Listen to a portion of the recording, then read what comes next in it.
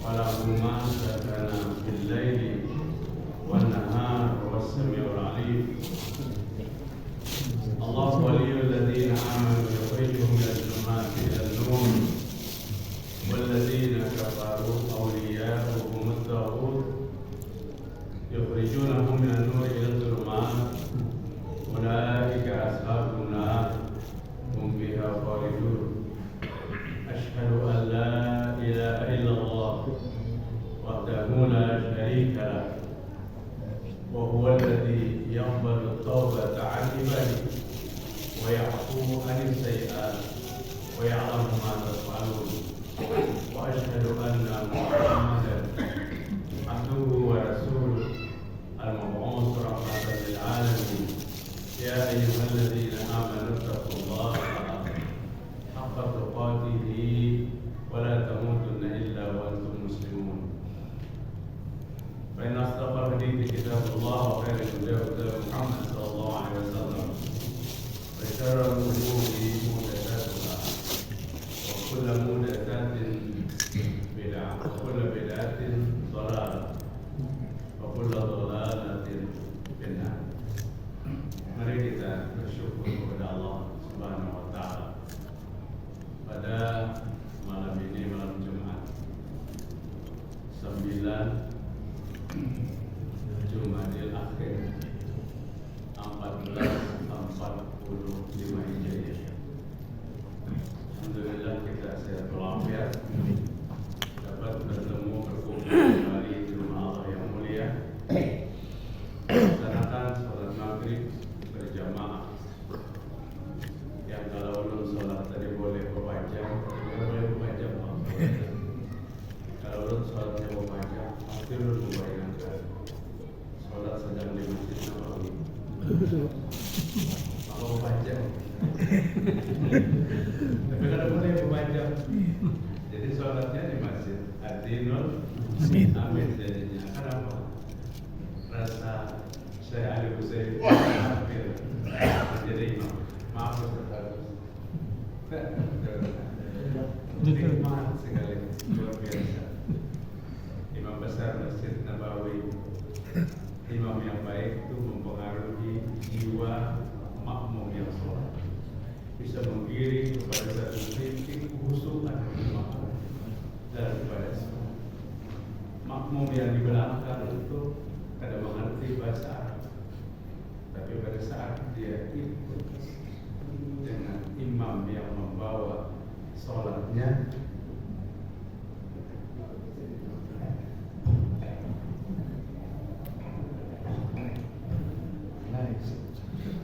sudah digantung dengan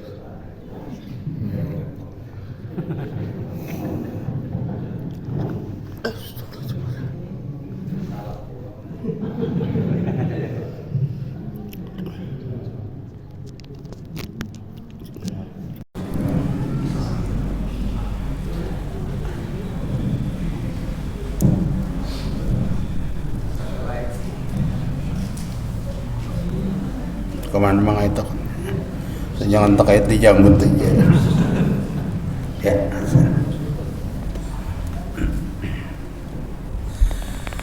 Jadi penting dalam ibadah sholat itu kita maka ya ummul qauma aqra'uhum li kitabillah kama qala Nabi sallallahu alaihi wasallam. Yang berhak mengimami satu kaum itu orang yang paling fasih membaca Al-Quran, paling tidak di sekeliling jamaah yang paling bagus. Sidin kita suruh, kada ada urusan sidin itu tukang cuci mobil kita, kada perlu itu. Status sosial kada memberikan dampak. Nang jadi imam cucunya, yang jadi makmum kainya, bolehkah kada ada urusan ketulahan dalam sholat? Nang paling bagus itu yang paling tampil. Maka dia orang katakan, maka ulun sholatnya berapa jam, rasa di belakang Syekh Huzaifi. Nikmat sekali sholat kita. Mudah-mudahan Allah Subhanahu Wa Taala menerima. Bapak-bapak hadirin rahimakumullah. Tema kita malam ini janji Allah dalam Al-Quran. Allah berjanji, janji Allah itu dua dalam Al-Quran. janji kebaikan kepada orang yang berbuat baik dengan berbagai macam bentuk kebaikan yang Allah ceritakan, dengan berbagai bentuk kenikmatan yang akan Allah berikan. Ada janji keburukan bagi orang yang berbuat buruk. Maka Al-Quran itu disebut apa isinya? Basyiron wa nadhir. Al-Quran itu kabar gembira dan kabar duka. Kabar gembiranya apa? Orang yang taat diberikan kabar gembira dengan surga, dan kabar dukanya apa? Orang yang ingkar diancam dengan neraka. Ini masuk dalam janji-janji Allah dalam Al-Quran kepada kita. Siapa di antara janji Allah yang Allah sampaikan kepada kita? La in syakartum la azidannakum. Al-Quran itu.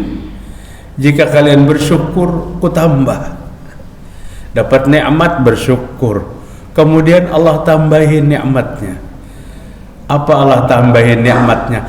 Rasa syukur itu sebuah nikmat yang luar biasa. Kalau orang kada bisa mensyukuri nikmat Allah, itu rasa kurang. Rasa kurang. Kalau perlu matahari ini menkawa ditungkati, jangan malam-malam. Bertahan aja nah, supaya kerja terus. Kada ada kesyukuran. Allah mengatakan akan disiapkan tambahan-tambahan kenikmatan yang banyak jika kita bersyukur. Apalagi janji Allah, uzkuruni uzkurkum. Ingatlah kepadaku, aku akan kuingat. Kalian akan kuingat. Allah akan mengingat kita manakala kita ingat kepada Allah Subhanahu wa taala. Jadi Allah mengingat kita di waktu kita mengingat Allah. Ada sebuah hadis qudsi. Imam Bukhari meriwayatkan daripada Abu Hurairah, ana inda zonni abdi bi. Aku ada pada persangkaan hambaku. Aku ada pada persangkaan hambaku. Jika hambaku merasa jauh, maka aku akan jauh. Jika hambaku merasa dekat, maka aku akan dekat. Bagaimana kita membuat satu perasaan Allah itu rasa dekat dengan kita? Malaikat Jibril bertanya kepada Nabi Muhammad sallallahu alaihi wasallam, mal ihsan, apa ihsan itu wahai Muhammad? Nabi menjawab, an ta'budallaha ka'annaka tarahu fa in lam takun tarahu fa innahu yarahu. Engkau beribadah kepada Allah seolah-olah engkau melihat, tapi jika tidak mampu, maka Allah senantiasa melihat kepadamu. Pengawasan melekat 24 jam. Pengawasan Allah. Sibuknya kita akan melakukan sesuatu kebaikan. Pada saat instruksi dari atasan, ada waskat, ada sidak. Padahal kita tidak merasa 24 jam Allah itu mengawasi kita. Manakala kita merasa diawasi oleh Allah Ta'ala, maka ketaatan kita akan terus kita lakukan. Kejauhan kita dengan kemaksiatan terus kita jauhi, karena kita dipantau oleh Allah Subhanahu wa taala. Ini yang kita bisa hubungkan. Kita mengingat Allah, Allah ingat kepada kita. Idza saghalaka bidzikri fa'lam annallaha yazkuruk. Jika Allah menyibukkanmu untuk ingat kepada Allah Ta'ala, ketahui oleh Allah, Allah selalu ingat kepadamu. Allah sibukkan kita dengan apa? Dengan ingat kepada Allah. Baik itu ingatnya di dalam hati Atau itu ingatnya dengan mengumandangkan zikir yang diajarkan oleh Nabi Muhammad sallallahu alaihi wasallam seperti yang kita sampaikan pada kajian pagi tadi? Apa di antara zikirnya? Karena panjang-panjang. Subhanallah walhamdulillah wala ilaha illallah wallahu akbar. Satu kali lebih kucintai daripada apa yang disinari oleh matahari. Apa yang disinari oleh matahari? Bumi. Satu kali subhanallah walhamdulillah wala ilaha illallah wallahu akbar lebih Nabi cintai daripada seluas bumi ini.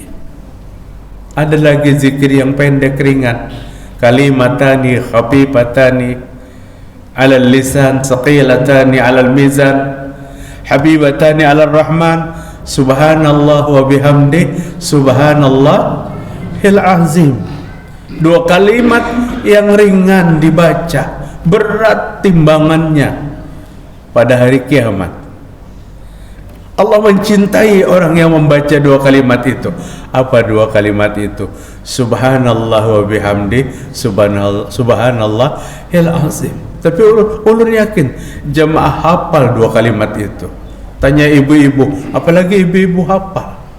Tapi tidak semuanya mengamalkan itu. Yang ringan aja, yang namanya amalan itu pasti ada gangguan. Jadi Allah berjanji akan selalu mengingat kita jika kita mengingat kepada Allah Subhanahu wa taala. Allah selalu pantau kita. Bahkan dalam sebuah hadis disebutkan, jika kita ingat kepada Allah di waktu lapang, maka Allah akan mengingat kita di waktu sempit. Di waktu sempit, serba terjepit, kan bisa melaksanakan masalah, memecahkan sesuatu, Allah akan tolong kita. Manakala di saat lapang kita selalu ingat kepada Allah Subhanahu wa taala. Jamaah sekalian rahimakumullah, banyak lagi janji-janji Allah Subhanahu wa taala kepada kita, baik berupa janji itu ganjaran yang luar biasa banyaknya, indahnya. Apa ganjarannya? Innalladzina amanu wa amilus solihati kanat lahum jannatul firdausi nuzula. Itu janji Allah Ta'ala. Orang beriman, beramal solih, maka surga Firdaus tempat kembalinya. Tapi boleh juga kita tengok apa janji yang berupa ancaman Allah Ta'ala. Innalladzina kafaru min ahlil kitab wal musyrikin fi nari jahannama khalidina fiha. Sesungguhnya orang kafir, ahlul kitab, Yahudian wa Nasranian, wal musyrikin, dan orang yang menyekutukan Allah Ta'ala, apa janji Allah? Akan dimasukkan ke dalam neraka Jahannam. Berapa hari dalam neraka Jahannam? Khalidina fiha, kekal di dalam neraka Jahannam itu selama-lamanya. Artinya setiap Al-Quran yang kita baca, kita lihat apa-apa yang Allah janjikan kepada kita. Janji kebaikan, tentu kita akan melaksanakan satu kebaikan. Tidak ada patuah, nasihat, pelajaran yang paling indah kecuali Al-Quran. Kitabullah, Al-Quran itu pelajaran. Ya ayyuhan nasu qad ja'atkum mau'izah, 57 surah Yunus.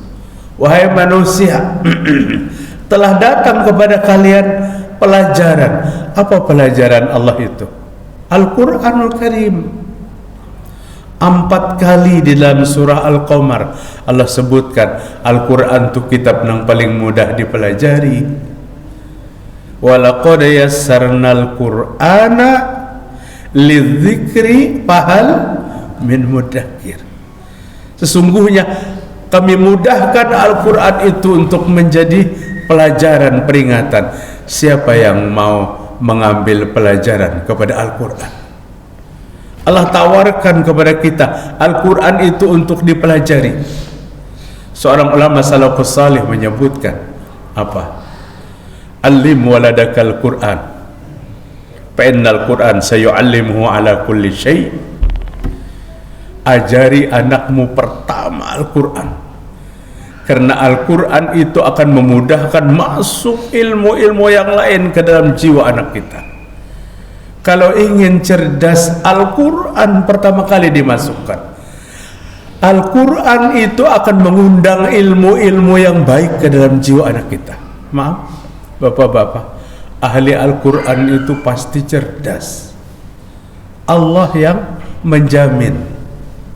Kitabullah yang ada dalam jiwanya mengundang berbagai macam ilmu, tapi kitanya yang lalai.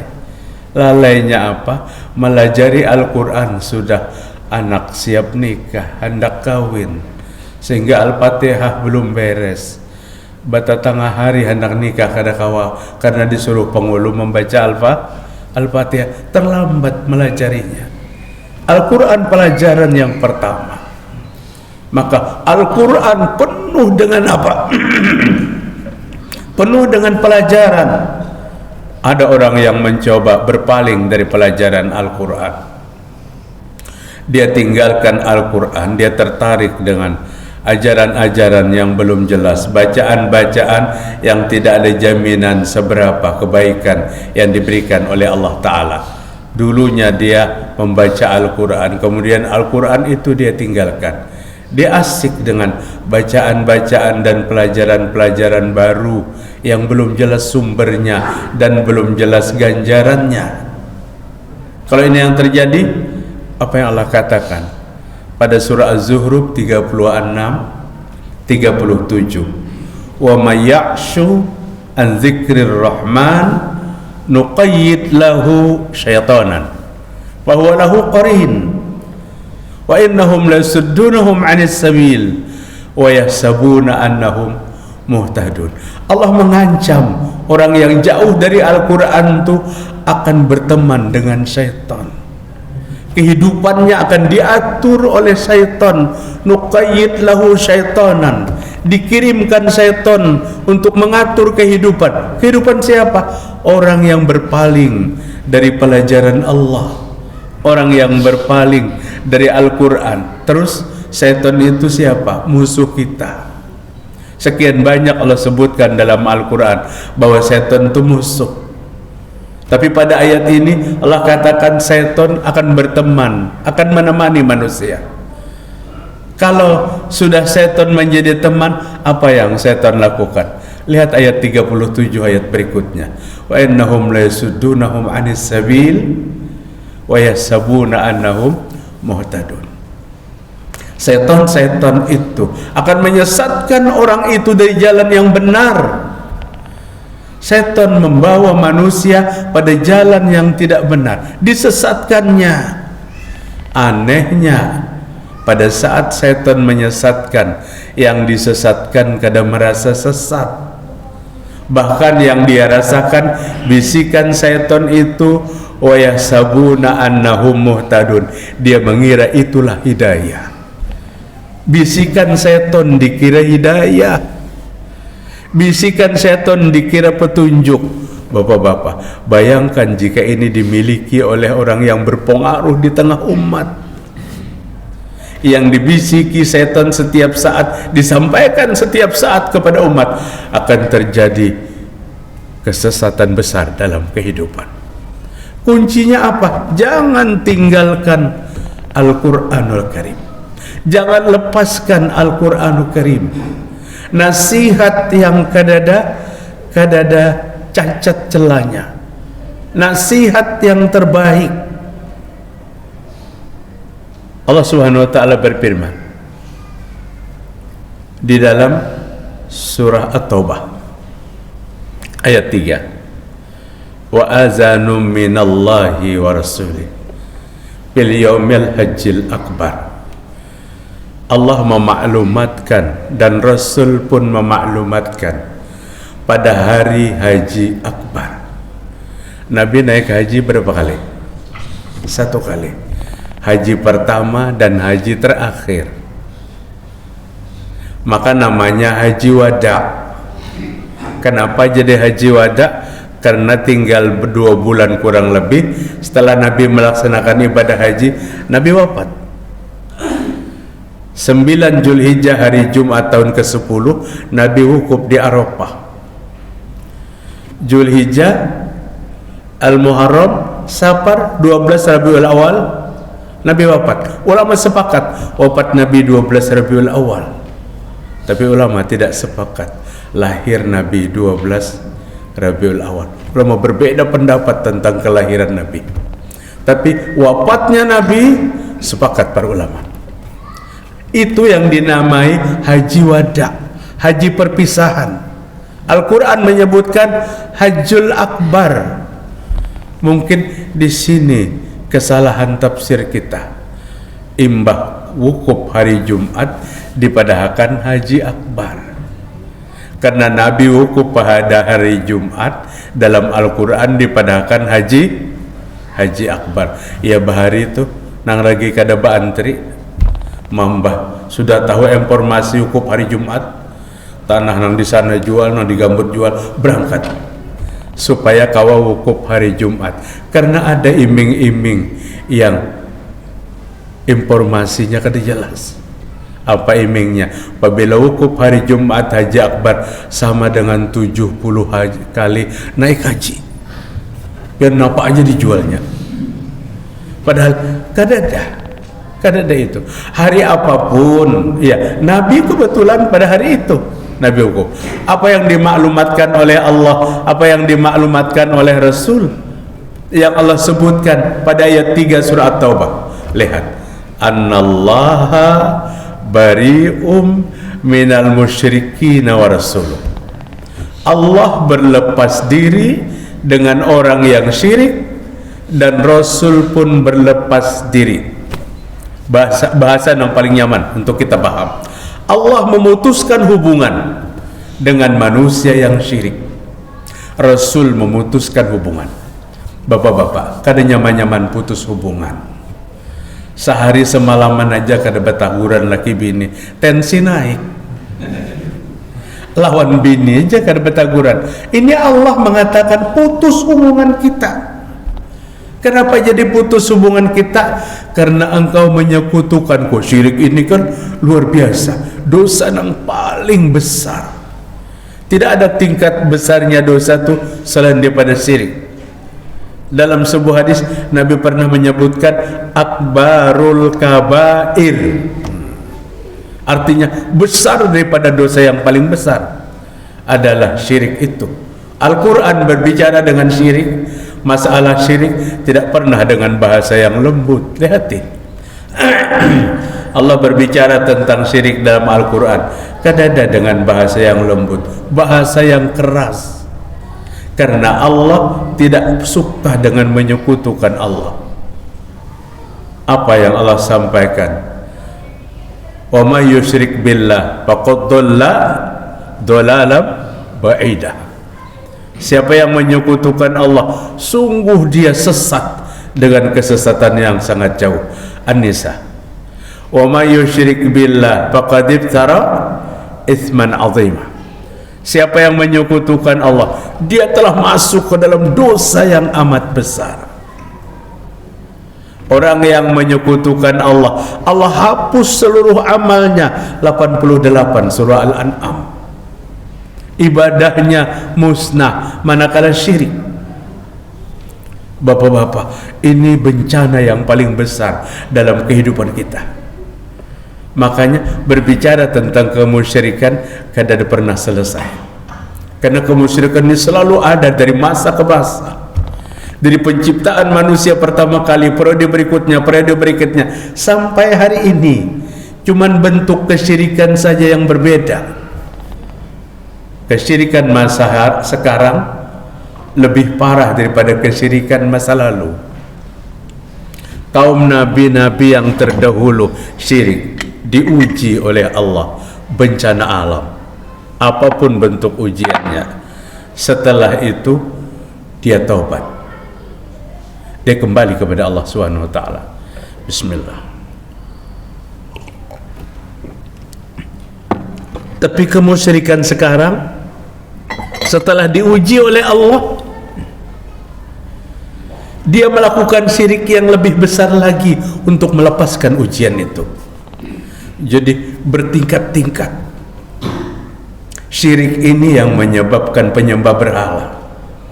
Jangan dikira penyembah berhala itu pertama kali. Penyembah berhala itu karena syirik, bapak-bapak. Zaman siapa penyembah berhala itu pertama kali? Zaman Nabi Nuh. Siapa berhalanya yang disembahnya? Namanya Wat, Su'a, Yaghus, Ya'uq, Nasar. 5 berhalanya. Nama siapa diambil dari 5 nama berhala ini? Nama orang soleh kelimanya. Nama ulama mereka yang mereka cintai. Tapi karena kecintaan yang berlebih-lebihan, atau dalam bahasa agama, apa cinta yang berlebih-lebihan itu? Gulu lain, lehernya lain kan maksudnya itu. Gulu itu sesuatu yang berlebih-lebihan. Oh, berarti Islam kadang membolehkan kita mencintai ulama. Siapa yang mengatakan? Jangan pun ulama, kita saling mencintai. Tapi tempatkan pada tempat yang sesuai dengan apa yang Nabi katakan. Ana Abdullah wa rasuluh, kepada sahabat Nabi yang bernama Abdullah ibnu As-Sakhir. Disanjungnya, dipujinya Nabi dengan sanjungan yang berlebih-lebihan. Ya Abdullah, kulu bi kaulikum. Ay Abdullah, bapander nang pantas-pantas, bicara yang baik-baik. Au ba'di kaulikum, atau apa yang sedang kamu lakukan, katakan lanastajriyannakumus syaitan, kamu sedang dirasuk oleh syaitan. Di waktu Abdullah menyanjung dengan sanjungan yang tinggi, dipadahkan Nabi menurut orang Banjar, Abdullah, inti kesetanan kah? Mungkin kayak itu yang paling. Artinya apa? Silahkan, Al-Quran memerintahkan kita menyanjung memuji Nabi. Fa'in amanu bihi wa azzaruhu wa nasaruhu wattaba'un nural ladzi unzila ma'ahu ulaika humul muflihun. Orang yang beriman kepadanya, orang yang memuliakannya, orang yang menolongnya, orang yang mengikuti cahaya yang turun kepadanya. Apa cahaya yang turun kepada Nabi? Lamun nang belajar Nur Muhammad tuh, lalu dipadahkannya Nur Muhammad saja cahaya itu. Ittaba'un nurul ladzi unzila ma'ah, kata ulama tafsir, adalah Al-Quran. Al-Quran itu cahaya yang turun kepada Nabi, disebutkan pada ayat itu.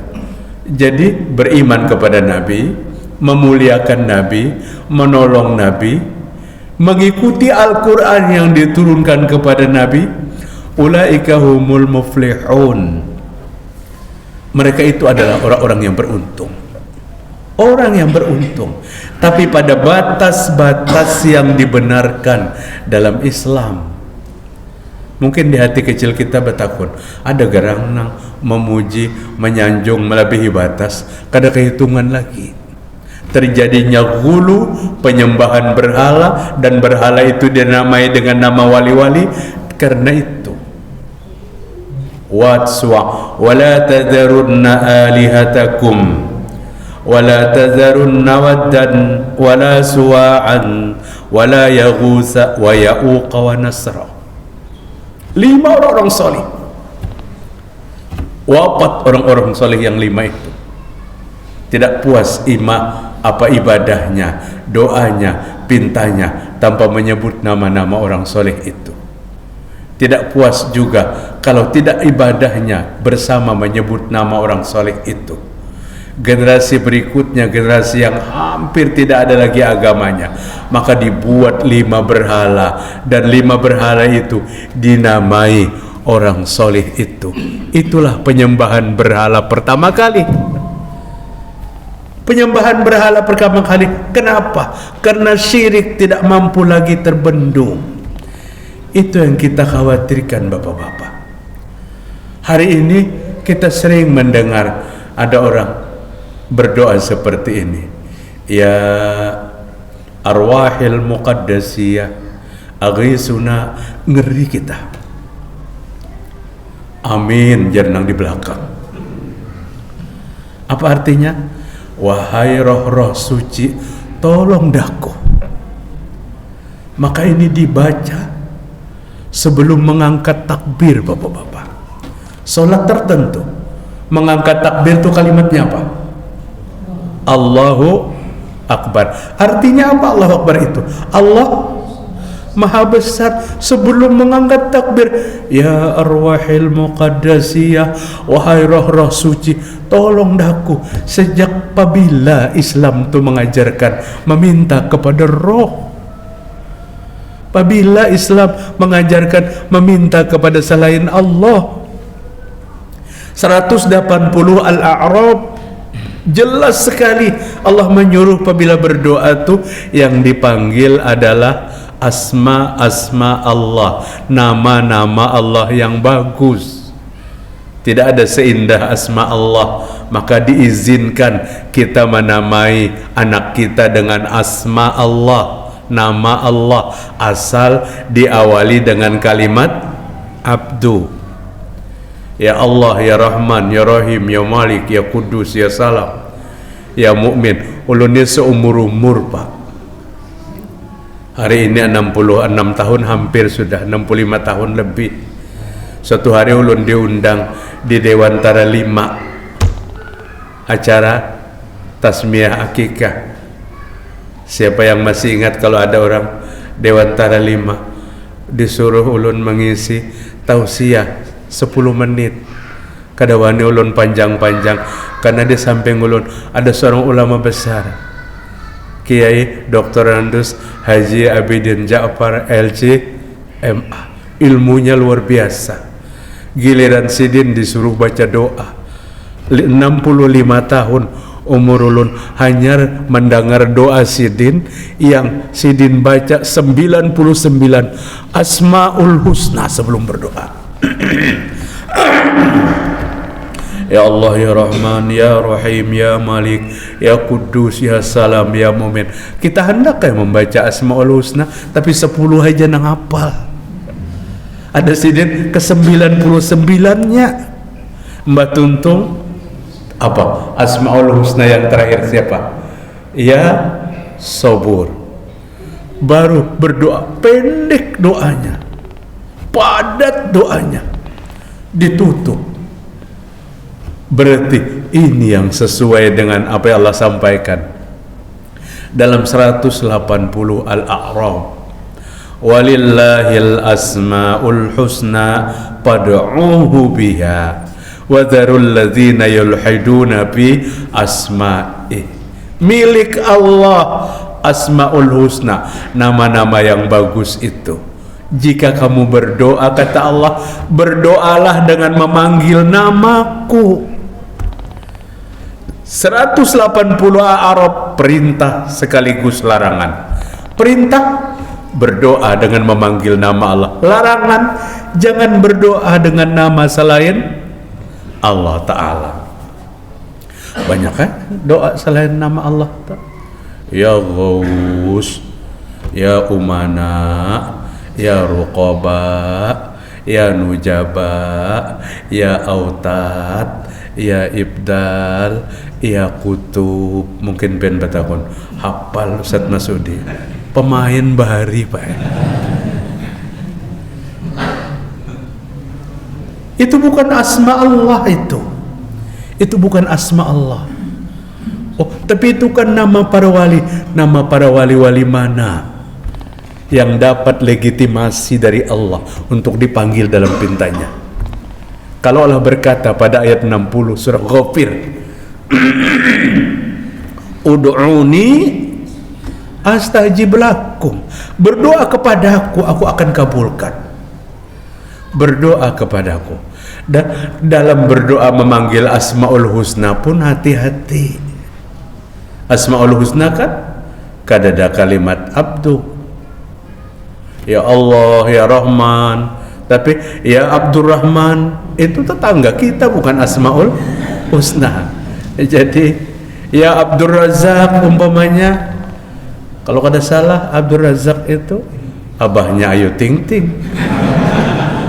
Menonton di TV sedikit terlihat kalau kada salah. Artinya bukan Asmaul Husna yang diawali dengan kalimat abdu, panggil dengan kalimat abdu. 2-3 asma Allah yang kita hafal, gunakan, panggil khusyuk, ya Allah, ya Rahman, ya Rahim, ya Malik. Berapa kita hafal, pinta kita kepada Allah Subhanahu wa ta'ala. Ini doa-doa yang Al-Quran ajarkan kepada kita. Bagaimana jika kita berdoanya tidak memanggil asma Allah? 213 surah 213 surah Asy-Syu'ara. Fala tad'u ma'allah ilahan akhar fatakuna minal mu'adzabin. Ngeri Pak. Jangan kalian berdoa kepada Allah dengan nama-nama lain selain daripada nama Allah. Apabila itu kalian lakukan, kalian akan diazab oleh Allah Ta'ala. Kalian akan disiksa oleh Allah Subhanahu wa ta'ala. Artinya ayat demi ayat yang kita dapatkan dalam kitab yang mulia sebagai pegangan kita cukup bagi kita. Apa yang kita bisa ambil selain daripada Al-Quran sebagai tuntunan kehidupan? Al-Quran yang menjadi jaminan dari Allah jika kita pegang sebagai tuntunan kehidupan kita yang akan menjadi selamat dunia dan akhirat. Maka kita berbahagia. Sekali-kali Al-Quran itu jangan dibaca-bacaannya aja. Oh tapi kan bisa bahasa Arab Ustaz. Insyaallah sekarang ada terjemah, biar terjemah Departemen Agama, masih banyak yang baik kita bisa baca. Sekali-kali kita beelang ke neraka, bukan masuk ke neraka, bukan. Itu baca surah Ad-Dukhan, inna sajarataz zakkum ta'amul asim kal muhli yaghli fil butun kaghalil hamim. Ini kita melihati neraka lewat Al-Quran. Sesungguhnya buah zakkum itu adalah makanan orang yang berdosa. Pohon zakkum itu tumbuh di neraka, berbuah, dan buahnya itu makanan orang neraka. Apabila buah zakum itu dimakan, maka masuk ke dalam lambung. Kal muhli yaghli fil butun kaghalil hamim. Maka lambungnya mendidih, menggurak seperti mendidihnya minyak yang panas. Hancur ini peparutan apabila memakan buah zakum. Jangan pian kira di neraka itu ada makanan, banyak makanan, tapi menyakitkan. Maka Allah memberatkan siksa orang neraka itu, inya berpantauan non orang surga. Orang surga melihat orang neraka melihat orang surga. Apabila orang surga melihat orang neraka, makin bertambah nikmat. Sedikit lagi pala. Kalau orang neraka melihat orang surga, bertambah berat rasanya. Sampai pada satu saat orang surga menikmati makanan surga, orang neraka minta. Jangan pian bayangkan lawan alat komunikasi ini bawiaan kah, WA kah kada. Ujar orang neraka, bolehkah makanan yang kalian makan tuh kalian berikan kepada kami? Nyaman makanannya. Ujar orang surga, ini makanan ini bukan untuk kalian, makanan ini untuk kami yang Allah Ta'ala persiapkan. Kadada kisah kenikmatannya. Jamaah sekalian rahimakumullah, makin kita baca Al-Quran secara mendalam dan baik, pesan-pesan Allah yang terdiri bentuknya berita kebaikan dan berita ancaman, itu bagus bagi kita untuk kita pegang. Diancam oleh Allah, apa ancamannya? Allah maklumatkan pada hari Nabi melaksanakan haji akbar, annallaha bari'um minal musyrikin wa rasuluh. Allah dan Rasulnya memutuskan hubungan dengan orang yang syirik. Jadi ujar Allah Ta'ala, hubungan kita putus. Bayangkan biar kada betaguran lawan bini tadi sehari, naik tensi kita.